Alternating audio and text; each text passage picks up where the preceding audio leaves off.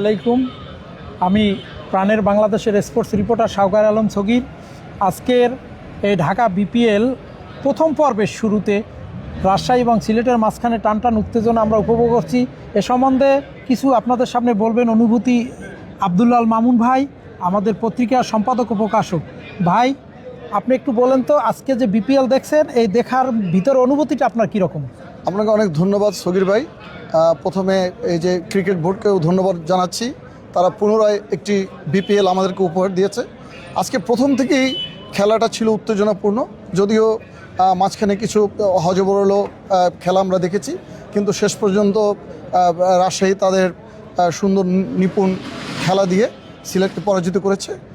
আসলে খেলা সবসময় উপভোগ্য একটি জিনিস এবং খেলাধুলা সবসময় মানুষকে সুস্থ রাখে, সবল রাখে।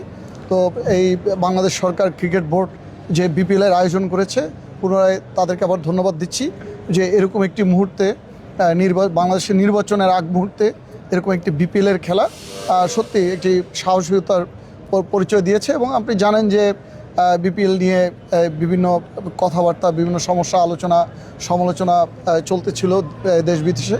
তো সব কিছু ঊর্ধ্বে গিয়ে বাংলাদেশ ক্রিকেট বোর্ড বেশ কিছু আপনার সাহসী পদক্ষেপ নিয়েছে এবং এই পদক্ষেপে তারা প্রশংসা কুড়িয়েছে।